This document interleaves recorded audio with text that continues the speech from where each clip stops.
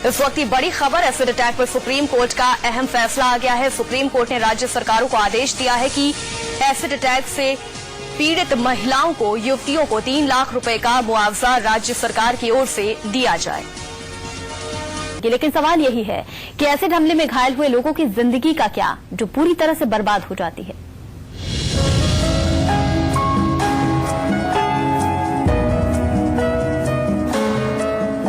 हंसते मुस्कुराते इन पलों की असलियत समझकर आपकी रूह कांप उठेगी। इस रोशनी के पीछे छिपे स्याह अंधेरे का सच आपको झकझोर कर रख देगा।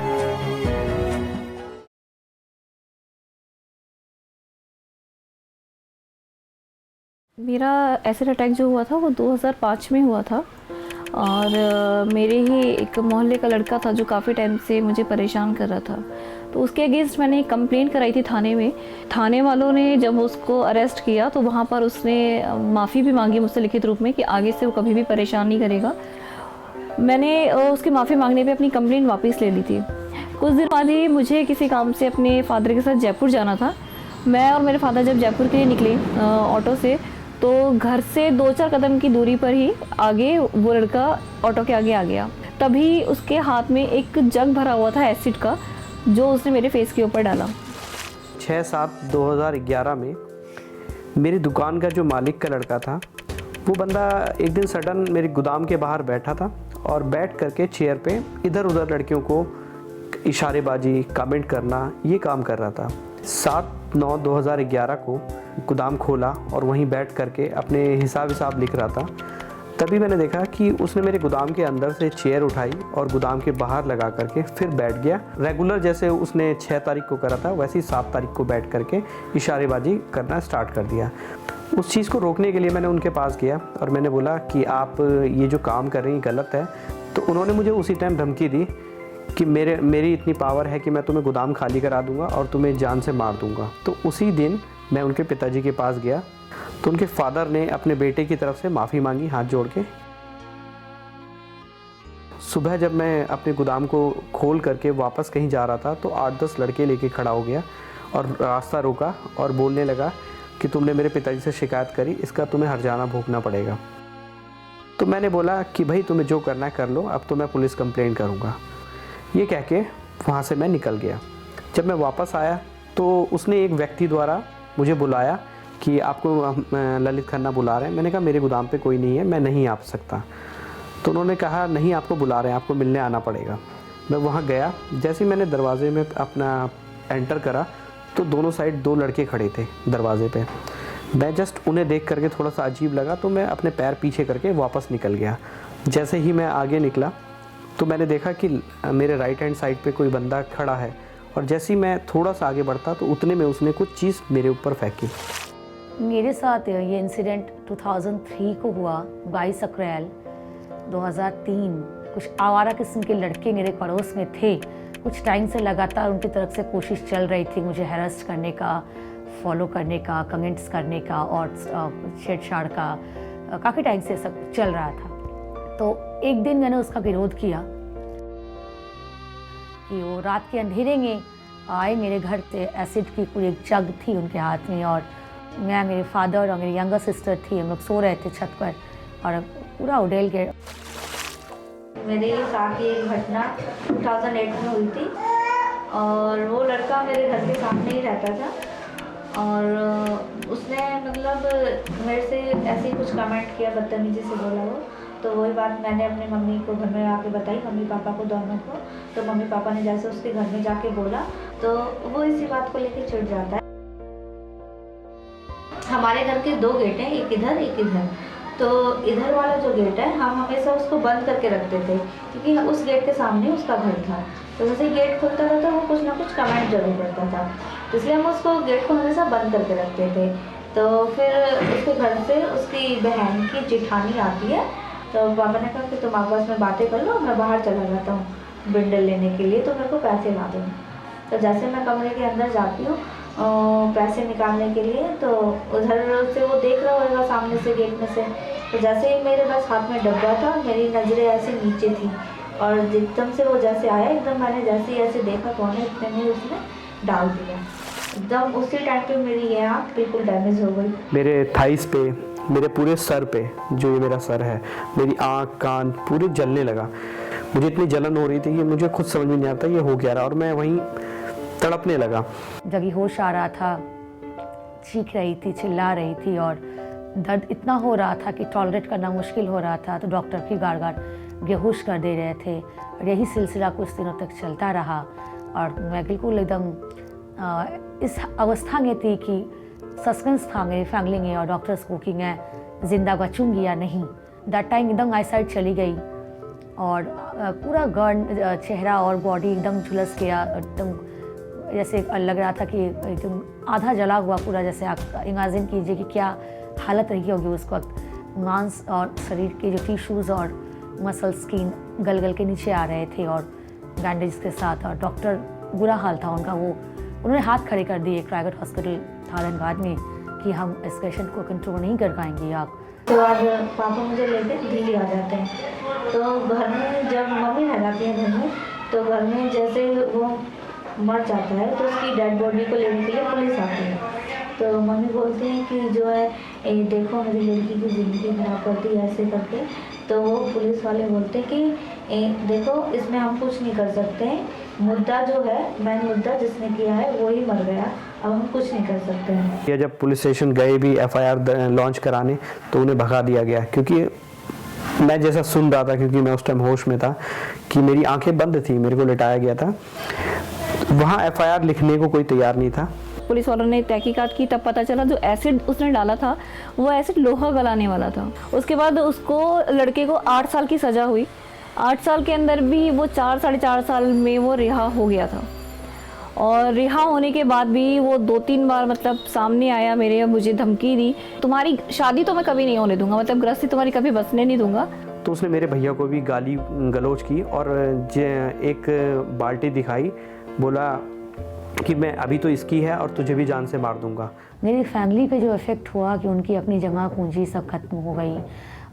मेरे फादर के जो इन्वेस्टमेंट थे, प्रॉपर्टी थी, सब बेच दिया उन्होंने मेरे इलाज के लिए। हैंड टू माउथ वाली सिचुएशन हम लोग की हो गई फैमिली की। मेरे जो भाई बहन थे उनकी पढ़ाई रोक के, उनका फ्यूचर के जो इफेक्ट हुआ, एकदम से एजुकेशन स्टॉप हो गया। हम उस जगह को छोड़ चुके थे, घर से बेघर हो गए यू नो। और मेरे फादर का जॉब चला गया।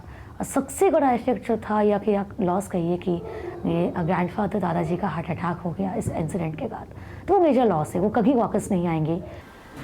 धीरे धीरे 2 साल मतलब ऐसे निकल गए। लोग मम्मी पापा को बोलते थे कि भाई आपने एक लड़की, एक तो आपकी एक ही लड़की, ऊपर से आपने उसको पढ़ाया लिखाया, फ़ायदा क्या है पढ़ाई लिखाई का?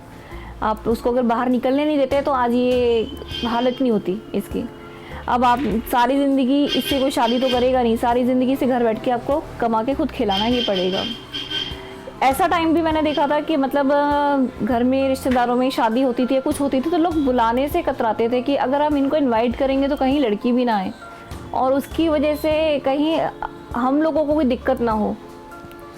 तो मैं किसी शादी में, किसी फंक्शन में, किसी के घर, मतलब सब जगह मेरा आना जाना सब छूट गया। एक दिन मम्मी मेरे पास आई, बैठी हुई रो रही थी, मतलब वो किसी कहीं फंक्शन में गई थी। किसी ने उनको जब बोला कि अब तो लड़की आपकी एक तरीके से ज़िंदा लाश की तरह जो घर में पड़ी हुई है, कुछ नहीं कर सकती है, क्या फ़ायदा हुआ आपका? तो इससे तो आप उसे कहीं अनाथ आश्रम में या वैसे भेज दो। लोगों के ताने भी सुनने पड़ते हैं। मम्मी जब मेरे आगे रोने लगी तो मैंने उनको सिर्फ एक ही बात बोली, मैंने कहा आप ऐसे हिम्मत मत हारो, ठीक है जो था हो गया, मेरे साथ चेहरा ख़राब होना था वो हो गया, उसको मैं भी नहीं बदल सकती, लेकिन अब ज़िंदगी भर रोने से भी कोई फ़ायदा नहीं है। आपको ये है कि एक लड़की है और आपने अगर लड़कों की तरह उसको पढ़ाया है, बढ़ाया है, तो मैंने कहा मैं भी आपको बेटा ही बन के दिखाऊंगी। काफ़ी सारी दिक्कतें आई, भाई की पढ़ाई छूट गई, पापा का घर में किसान का काम था, खेती छूट गई, गांव में गाय भैंसें थी सब बेच डाली, मतलब बहुत सारी चीज़ें हमारी ख़राब हो गई। तो इस वजह से हमें काफ़ी चीज़ में दिक्कत भी बहुत आई है कि जलने से मेरे को सारी, मतलब एक तरीक़ा से जैसे दुनिया बदल जाती है, हमारी पूरी दुनिया ही बदल गई। क्योंकि हम लोग जिस तरह से गांव में रहते थे, गांव में रहना और शहर में रहने में काफ़ी अंतर होता है। ना हमारे पास, ना शहर में हमारे पास ना घर है ना नौकरी है, तो रहने हमारे लिए बहुत ज़्यादा मुश्किल हो गया था। तो हमारे पास गांव की जो ज़मीन थी हमने वो भी बेच दी, तो उसे बेच के फिर हमने अपना इलाज कराया मेरे पापा ने। मुझे अच्छे से याद है कि 4-5 साल तक मेरी मम्मी अपने मायके नहीं गई। मेरे मतलब ना उन लोगों का वहाँ से, मतलब मेरे मम्मी के घर से ना कभी इतना फ़ोन आता, पूछते भी तो सिर्फ हालचाल, कभी मेरे बारे में उन्होंने पूछा भी नहीं। और ना कभी कोई इतना फोर्स करता कि आप आना ज़रूर, जैसे पहले होता था ना एक इंसिडेंट से पहले कि लोग जैसे आते थे, मिलते थे, बोलते थे कि यार आप आते नहीं हो, आना ज़रूर घर पे, या फिर मुझे बोलते थे। उसके बाद से फिर लोग कटने लगे, कतराने लगे कि कहीं ऐसा ना हो कि हम थोड़ा सा भाई जैसे बात करें या फोर्स करें तो कहीं लड़की भी साथ में ना आए। कुछ फ्रेंड्स ऐसे थे जिन्होंने खैर अभी तक उनको मतलब नहीं रखा, लेकिन हाँ मेरे कुछ दोस्त ऐसे भी थे, इसमें मैं अपने आप को लक्की मानती हूँ, जिन्होंने मेरा आज तक की डेट में मतलब अभी तक मेरा खूब बहुत साथ दिया, सपोर्ट किया हर तरीके से। ये इफेक्ट हुआ सोसाइटी का कि लोग जो अपने हम कह सकते थे कि हमारे अपने हैं वो बेगाने हो गए, और एक कहावत जो सच हो गई कि परछाई के साथ छोड़ देता है बुरा वक्त। तो वही बुरे वक्त जो हम लोग का चल रहा था उसमें बिल्कुल मैं और मेरी फैमिली अकेले थे, और बहुत मुश्किलों से हम लोग उसको स्ट्रगल कर रहे थे। कई मोर्चों के फाइट कर रहे थे, emotionally, financially, socially, judicially, mentally, physically, मैं और मेरी फैमिली। तो बहुत डिफ़िकल्ट था वो वक्त।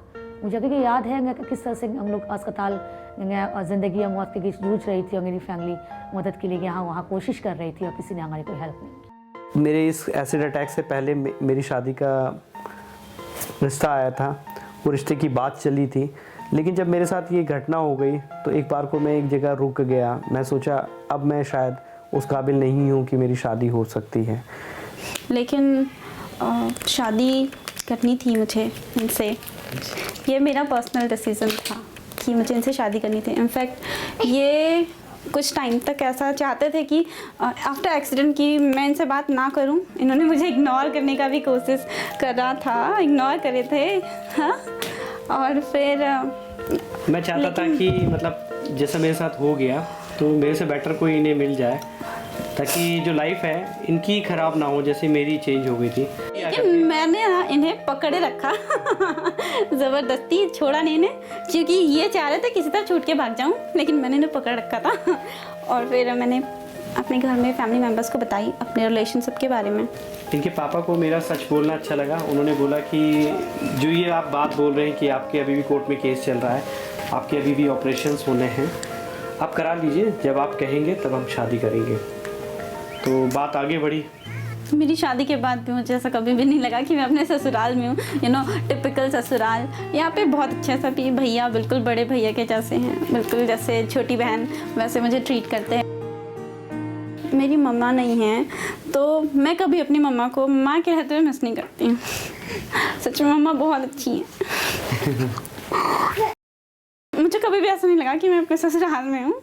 मैं यहाँ बहुत खुश हूँ, बहुत बहुत बहुत खुश हूँ। शायद और कहीं पता नहीं होती ना होती, लेकिन हाँ यहाँ बहुत खुश हूँ मैं। मम्मी और पापा शादी को लेकर काफ़ी परेशान थे।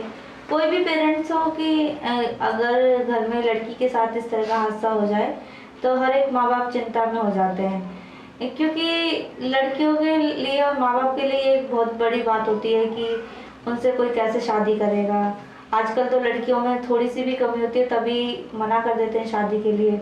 अचानक से मतलब मेरी बुआ जी घर पे आती हैं तो मम्मी बुआ जी को बोलती हैं कि अर्चना की शादी तो करनी है, तो ये कैसे, तुम कोई लड़का वड़का बताओ इसके लिए। तो फिर बुआ जी कहते हैं चलो ठीक है मैं बताती हूँ। तो एक दिन इनके भाई बुआ जी के घर पे गए हुए थे कि जो मेरी बुआ जी की लड़की है वो इनके बड़े भाई के लिए है। तो भाई इनके गए हुए थे बुआ जी के यहाँ पे, तो बुआ जी ने ऐसे ही बोल दिया कि मेरी भतीजी है और वो थोड़ा ऐसे जली हुई है, तो कोई लड़का हो चाहे गरीब हो कैसा भी हो पर सही से रखे, ऐसा कोई लड़का हो तो हमें बताना, हम शादी कर मतलब उस लड़की की शादी करना चाहते हैं। मेरे बड़े भाई देखने आए, वो पसंद कर गए, मतलब बात कर गए यहाँ। फिर उन्होंने मुझसे कहा कर तू देखा एक बार, फिर मैं देखना है। हम लोगों की जैसे कुंडलियाँ मिलाते हैं, नाम से शादी सूझती है, तो हमारी वो नहीं सूझ रही थी, शादी नहीं सूझ रही थी।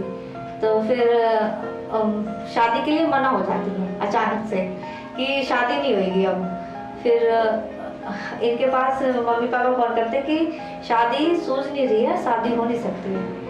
तो ये बोलते नहीं, शादी होगी तो वहीं से होगी, नहीं तो नहीं होगी। तो फिर दूसरा किसी नाम से शादी सूझती है, फिर जाके हम लोगों की शादी होती है। तो शादी में पूरे रीति रिवाज से शादी होती है, जैसे कि फेरे और सारी चीजें मतलब रीति रिवाज के साथ होती है।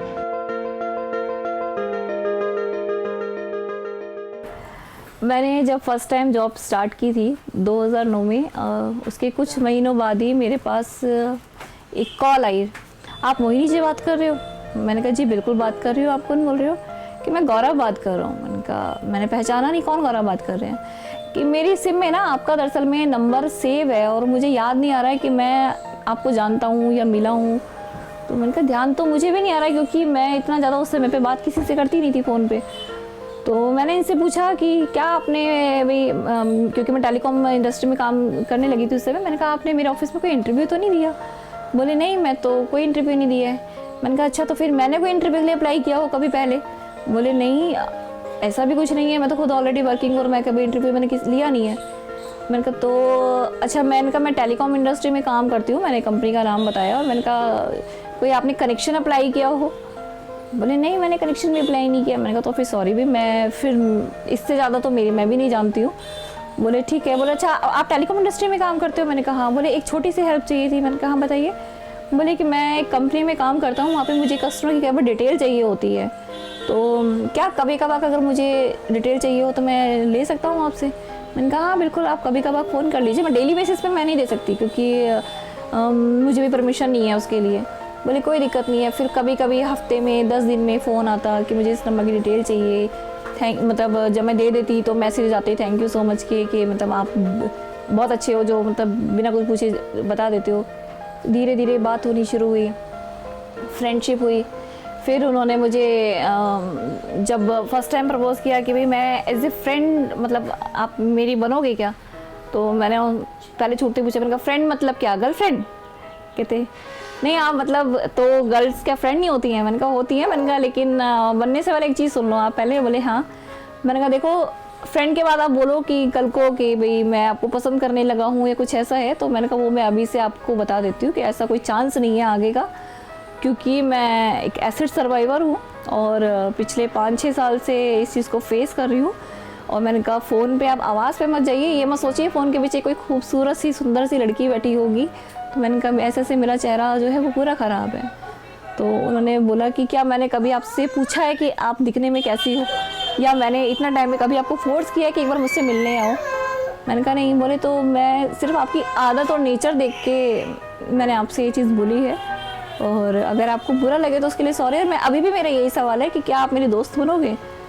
तो मैंने कहा दोस्त तो हम ऑलरेडी हैं, जब आप मेरे से डिटेल लेते हो और मैं आपको मतलब आपकी जो भी हेल्प होती है, जितना मेरे से होता है मैं करती हूँ, तो एक तरीके से फ्रेंड ही है। फिर कुछ टाइम बाद उन्होंने मुझे शादी के लिए प्रपोज़ किया।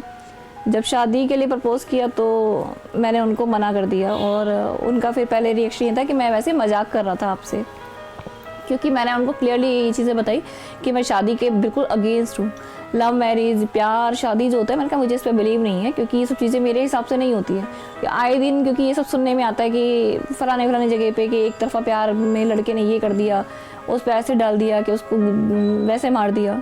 तो पहले तो धीरे धीरे इन्होंने, मतलब जब हम दोस्त हैं तो मेरी सोच बदली कि ऐसा नहीं होता, 5 उंगलियां एक सी नहीं होती हैं, और हर इंसान ऐसा नहीं होता है। कभी अपने आप को ऐसा मत सोचो कि मैं ऐसे हूँ तो फिर सभी लड़के इसी तरीके से करते हैं।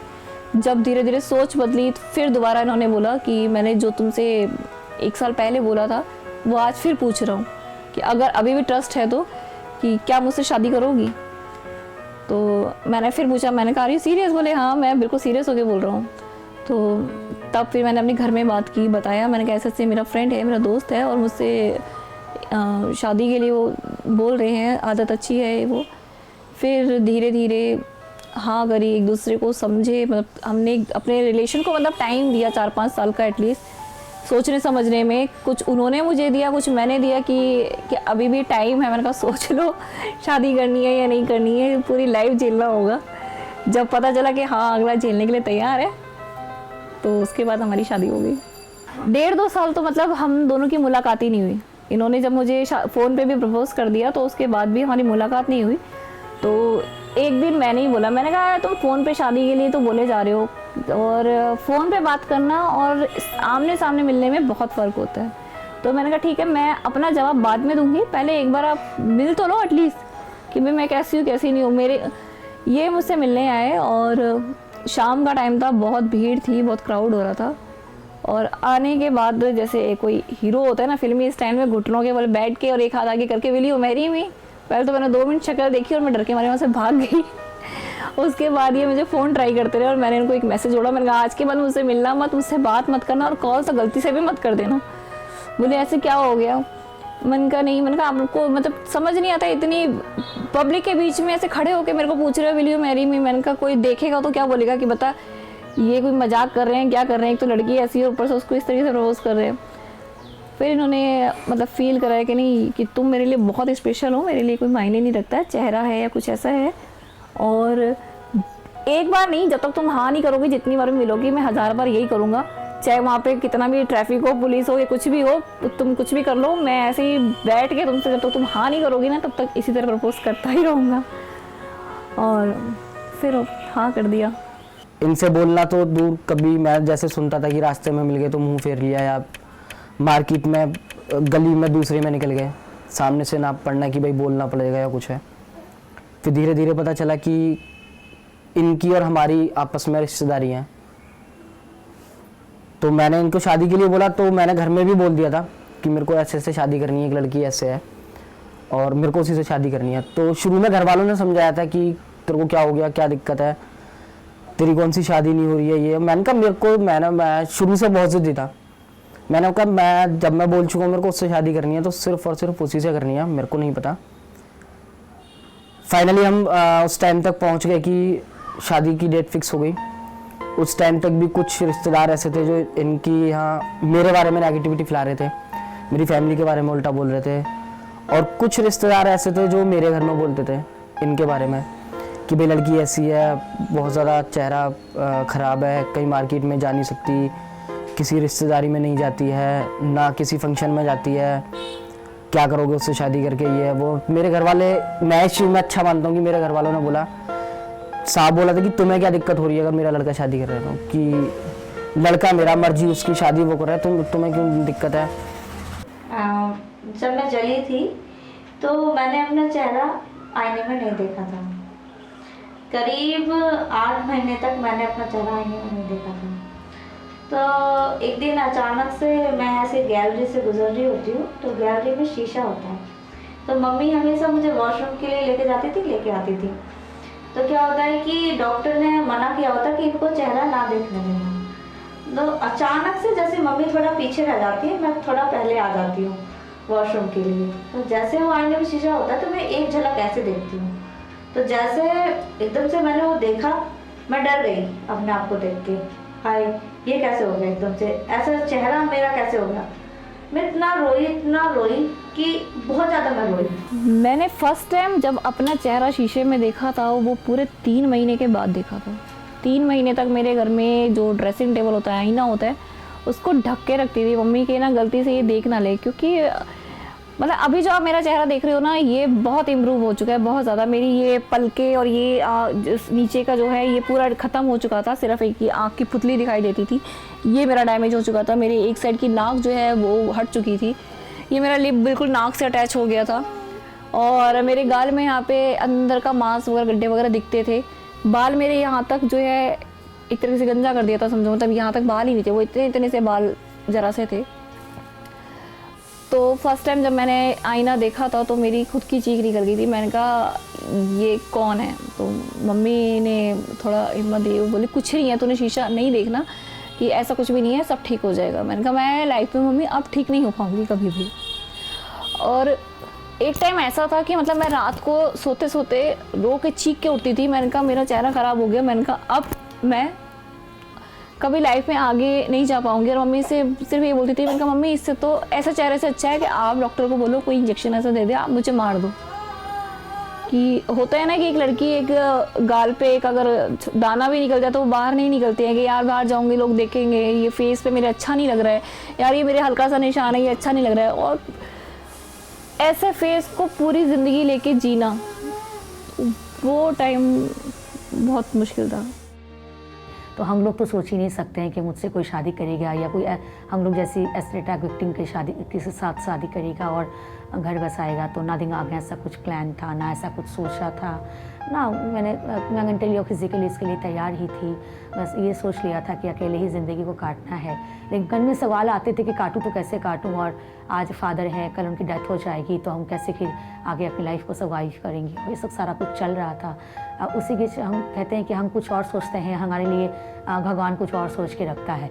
तो एक अच्छे इंसान को मेरे लाइफ में उन्होंने भेजा जो बिल्कुल अलग मेंटालिटी के हैं, अलग सोच के हैं, और आज के समाज में ऐसे विचारधारा वाले लोगों के ऊपर एक वो थक्कड़ लगा जब उन्होंने मुझसे शादी की, और लोग हैरान हो गए कि मेरे से साथ की कोई शादी कर सकता है जो इतना चेहरा मेरा करा गया, आईसाइट चली गई। लोग नॉर्मली सोचना भी मुश्किल है जिन लड़कियों के, आज के यंगस्टर्स के लिए। तो वहाँ के एक लड़का अपनी पूरी सोसाइटी के साथ फाइट करता है, फैमिली के साथ फाइट करता है, और सबसे लड़के मेरी ज़िंदगी आबाद करने के लिए मुझसे शादी करने के लिए आता है।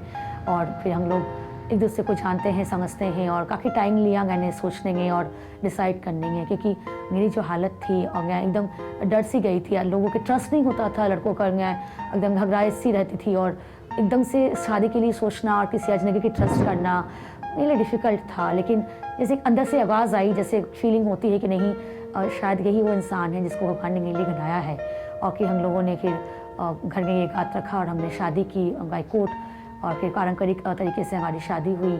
और तक समाज को, सोसाइटी को एक लेसन गया कि एवरीथिंग इज़ पॉसिबल। दुनिया में किसी को आप छोटा नहीं समझो, अंडरस्टिमेट मत करो। और गलत चरित्र के उन्होंने जो लोग मुझे उंगली उठाते थे और गलत बातें कहते थे, आज वो लोग हमारे सामने खड़े नहीं हो पाते हैं, संग से गर्दन झुक जाती है। और शादी के बाद मेरा सम्मान सोसाइटी में और मेरी फैमिली में और ज़्यादा गड़ा है, और मैं और मोर कॉन्फिडेंट एंड एनर्जेटिक हो गई हूँ आफ्टर मैरिज।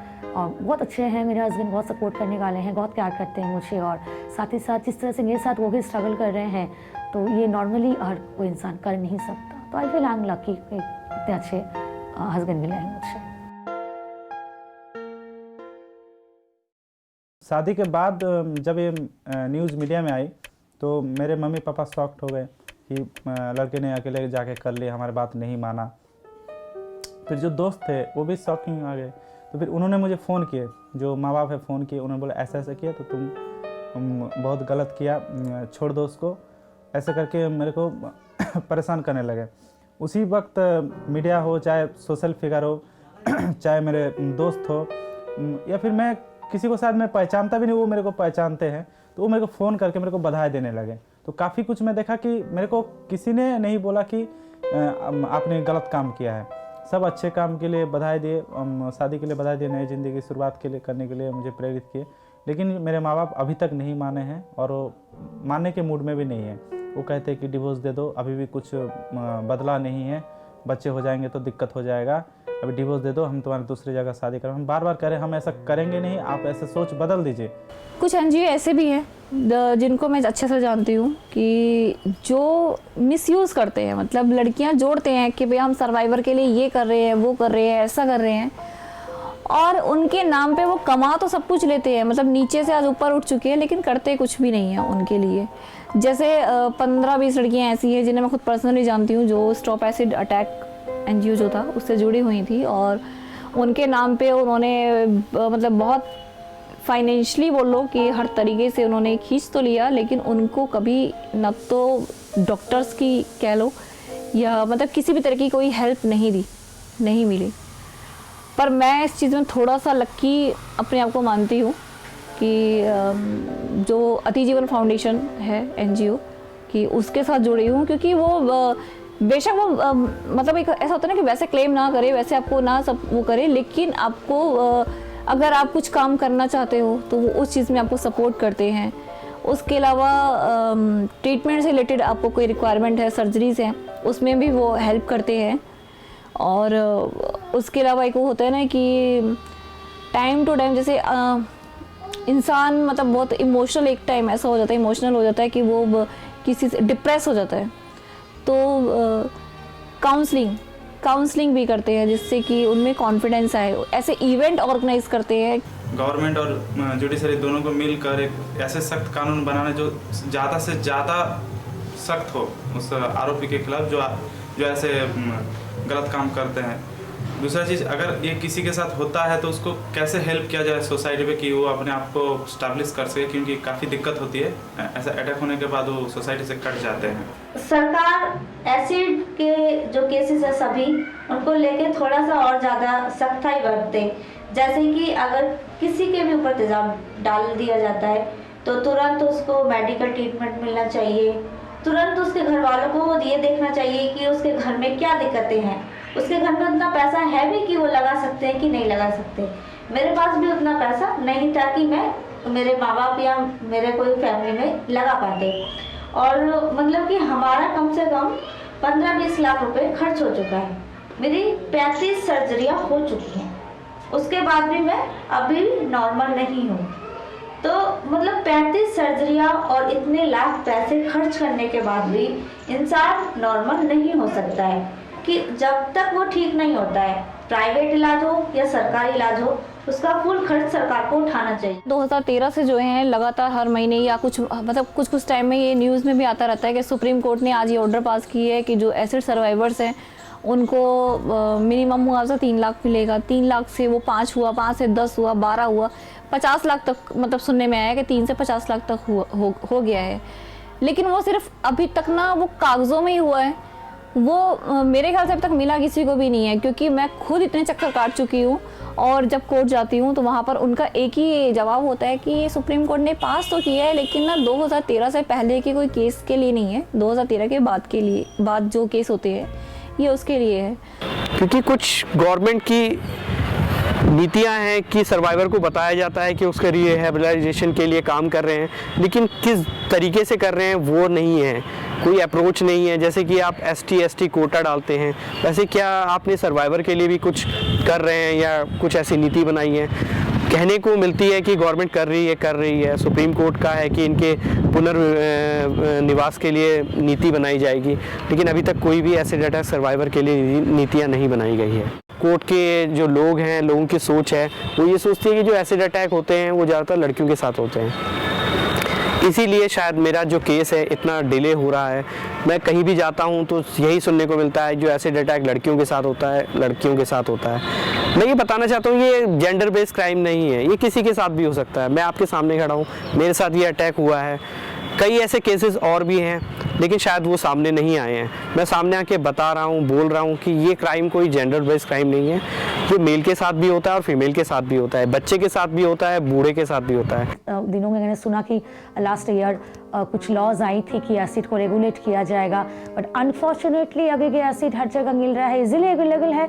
आप देखिए 50-100 रुपये में, जबकि कहा गया है कि without any identifications, without any cause आप एसिड नहीं खरीद सकते, लेकिन छोटे शहरों में, छोटे गाँव में अभी की खुले दुकानों में एसिड अवेलेबल है। कहला चीज़ तो आपने लॉ बना दिया लेकिन इम्प्लीमेंट सही से नहीं हो रहा है।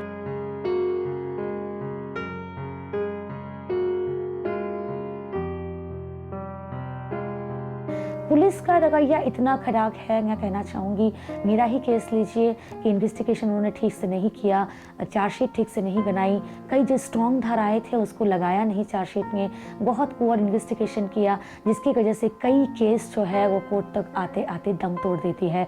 और हम लोग अभी तक उसको आगे तक कंटिन्यू रखे हैं, ड्यू टू हम लोगों ने स्ट्रांगली इसको फाइट किया या कर रहे हैं, फिर भी ये हाल है कि 2-3 जो स्ट्रॉन्ग धाराएँ थी उसको उन्होंने ऐड नहीं किया। और आज की मैंने सुना है, मैं अपनी बात नहीं कह रही हूँ, मेरे कुछ फ्रेंड्स की बात कर रही हूँ कि उनका कहना है कि 2-4 हज़ार 10 हज़ार में वो बिक जाते हैं और चार्जशीट के साथ छेड़छाड़ करते हैं। जिस बंदे ने मेरे ऊपर एसिड डाला था, चिंटू खन्ना, कुछ कानूनी दाव पेचों के द्वारा कुछ पैसे खिला करके कुछ ऐसा केस बना दिया जो मेरे खिलाफ ही एक क्रॉस केस फाइल करा दिया, जिसमें मेरे को ही आरोपी बना दिया कि एसिड मैंने उसके ऊपर डाला, जिसके लिए इवन मुझे अपना इलाहाबाद से कोर्ट से जा करके अपनी बेल तक करानी पड़ी। उस टाइम मेरे पास उतने पैसे नहीं थे, वो बेल मैंने कैसे कराई ये मुझे पता है। कुछ मेरा सोना था, मैंने उसे सेल आउट किया।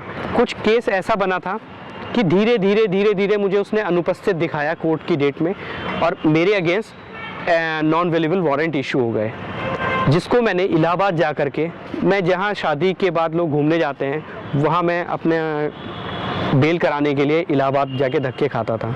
सेम डे के लिए मुझे ऑर्डर लाना पड़ा, जिसके लिए 25-30 हज़ार रुपये मैंने वहाँ एडवोकेट को फ़ीस दी और अपना बेल का ऑर्डर लेकर के मेरठ आया। उस दौरान मेरे को इतनी दिक्कतें हुई कि जहाँ मैं पुलिस से मदद मांग रहा था वहाँ पुलिस मुझे ढूंढ रही थी कि इसे अरेस्ट करना है। तो मेरे दिल पे जो चीज़ें बीती है कि मैं हर दिन वहाँ सेम डे का ऑर्डर जहाँ मुझे इजीली बेल मिल जाती, वहाँ मैं करीब 4 या 5 बार बेल के लिए खड़ा होता था। मुझे वहाँ कटघरे में खड़ा किया जाता था कि दोषी की तरह, और बोला जाता था कि आप अपनी बेल के लिए आएँ तो कटघरे में खड़ा करें। जहाँ जज भी देखते थे कि मेरे ऊपर एसिड डला है, पट्टियों में मैं खड़ा रहता था, वहाँ पे मेरे को पूरी पट्टियाँ हटानी पड़ती थी। सब लोग ये सोचते थे कोई क्रिमिनल है, कोई अपराधी है कि रुमाल ढक के आया है, जबकि मैं उन सबको बोलता था कि मेरे साथ एसिड अटैक हुआ है, जिसके लिए मेरे को प्रिकॉशन के लिए ये मुंह पे कपड़ा और रुमाल बांधना पड़ता है। 1-2 बार तो ऐसा इंसिडेंट भी हुआ है कि जब मैं कटघरे में खड़ा रहता था मेरे को वहाँ रोना आ जाता था और मैं रोने स्टार्ट कर देता था। तब भी वहाँ सरकारी वकील या जज लोग जो बैठे रहते थे उनमें से किसी को भी इतनी, क्योंकि वो गर्मी का टाइम था, मुझे यहाँ पंखे के नीचे रहना पड़ता था कि ताकि कोई मक्खी या कोई भी चीज़ मेरे स्किन को टच ना करे, क्योंकि मेरे उस दौरान पस बनती थी सरों में, जो मेरी स्किन ग्राफ्टिंग हुई थी, तो मेरे बाल के जो छेद होते हैं उसमें से पस बनती थी, जिसको मेरे को ढकना पड़ता था ताकि उस पर कोई मक्खी या कोई भी कीड़ा या कुछ भी धूल मिट्टी ना पड़े, नहीं तो मुझे कुछ भी हो सकती थी दिक्कत।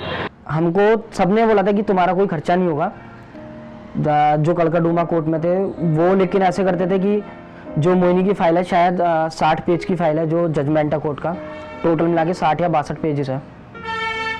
हम उनकी खुद कॉपी करा के लेके जाते थे 5-5, 6-6 कि जज को अलग देनी है, लॉयर को अलग देनी है और सेक्रेटरी में अलग देनी है, पटियाला कोर्ट अलग देनी है, लेकिन फिर भी वहाँ पे कि 500 रुपये दे दीजिए आप, फाइल चार्ज है, कि आप 200 रुपये दे दीजिए कि कूपन लगेंगे। एक दो बारी तो ऐसा हुआ कि हमारी जेब में 500 रुपये भी नहीं थे। मेरे को अच्छे से जाना वो दिन, मैं मोहिनी को वहाँ बिठा के वहाँ से ऑफिस आया। ऑफिस में आके मैंने बोला, मैंने कहा पैसे चाहिए। वहाँ से गया, मैंने ये चीज़ उस वकील को स्पेशली बोली, मैंने कहा पैसे नहीं थे, मांग के ला के दिए हैं। मैंने कहा लेकिन ये बता दो, जब सारी चीज़ मैं आपको ला के दे रहा हूँ, डाक टिकट ला के मैंने दिए हैं, स्टाम्प पेपर मैंने ला के दिया, नोटरी मैंने कराया, टाइप मैं करवा के ला के दे रहा हूँ। आपने मेरे से 3 कॉपी मांगी थी जजमेंट की, मैंने आपको 5 कॉपी दी है, लेकिन आप फिर 500 रुपये किस चीज़ के ले रहे हो? कहते आपको नहीं पता खर्च होते हैं। मैंने कहा 11 साल चक्कर काटे हैं, मैंने कहा पिछले 2 साल से मैं काट रहा हूँ। मैंने कहा मेरे को भी पता है पैसे किस चीज़ के लगेंगे। मैंने कहा अगर तुम्हें फीस चाहिए तो मैंने कहा अपनी क्लियर कर दो कि भाई मैं तुम्हें कुछ ना कुछ हेल्प करा दूंगा सरकारी, कि मेरे को 10,000 चाहिए, 20,000 चाहिए। उसने डायरेक्टली बोला था कि अगर तुम्हें 3 लाख दिलाऊंगा तो मेरे को कम से कम 30,000 चाहिए। कलकदुमा कोर्ट में इतने परेशान कर दिए, सुबह 9 बजे बैठना होता था, जबकि मुझे भी मालूम है 10 बजे 11 बजे से पहले कोर्ट नहीं खुलते। हमें 9 बजे बुला लिया जाता था और 1 बजे 2 बजे कि लंच करने चले गए, फिर आ रहे हैं कि फिर कोई सिगरेट पीने गया, कोई चाय पीने चला गया। हमें 4 बजे पता चलता था सॉरी आज तो वो आए नहीं जिनसे मिलना था और आपको कल लाना पड़ेगा। अंदर से ना बहुत गुस्सा आता था कि हम लोग सुबह 9 बजे से यहाँ बैठे हैं, ना चाय है ना खाना है, और अब 4 बजे बोल रहे हैं कि सॉरी वो आए नहीं आज। बहुत गुस्सा आता था अंदर से कि बुलाया क्यों हमें यहाँ पे। गालियाँ निकलती थी अंदर से, लेकिन किसको बोलेंगे, क्या बोलेंगे, कुछ नहीं हुआ। अब मन में बस इतना है कि अब खाना है, कमाना है। अब कोर्ट के ऊपर से बिल्कुल विश्वास उठ गया, गवर्नमेंट के ऊपर से बिल्कुल विश्वास उठ गया। मैं ये कहना चाह रही हूँ कि जैसे मेरे साथ जिसने ये क्राइम किया वो लड़का मर गया, तो उसको कोई सजा नहीं हो सकती है, कुछ नहीं हो सकती है। तो कम से कम जो मेरी जिंदगी है, जो मैं जिंदा हूँ आज, कम से कम सरकार को मेरे लिए तो कुछ ऐसा करना चाहिए कि मैं अपनी ज़िंदगी अच्छे से बिता सकूँ, जो मेरी ज़रूरतें हैं वो मैं अपना पूरा कर सकूँ, मेरे को एक अच्छी जॉब दी जाए। मेरे को अभी तक कॉम्पनसेशन नहीं मिला है। मेरे अटैक को 8 साल हो गए हैं और मैंने कॉम्पनसेशन के लिए काफ़ी ट्राई किया, तो सभी ये कहते हैं कि तुम्हारा यूपी का कैसे, यूपी से होगा।